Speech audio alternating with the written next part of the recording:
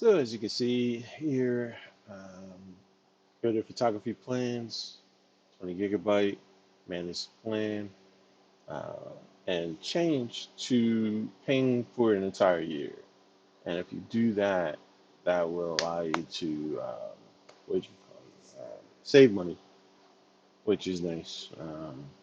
Since they're pretty much it's a 50% increase almost.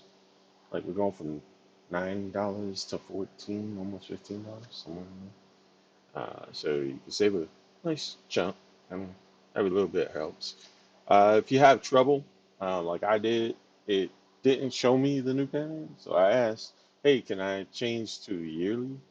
And the friendly robot actually helped me.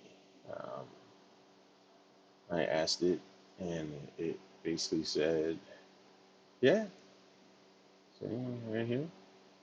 Any way to update to pay yearly? Sure, I'll assist you with your request. Please allow me a moment while I check the details. Blah blah blah. I can help you.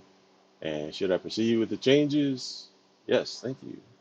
And sure enough, boom, there it is. Uh, my plan uh, is approved.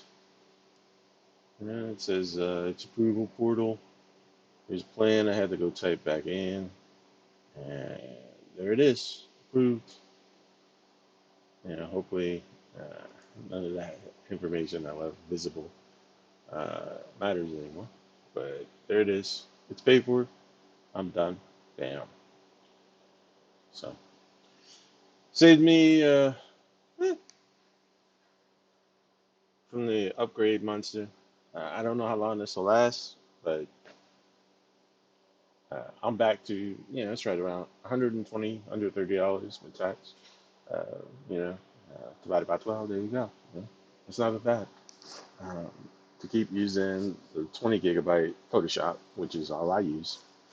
So mostly what I use. That's it. Peace.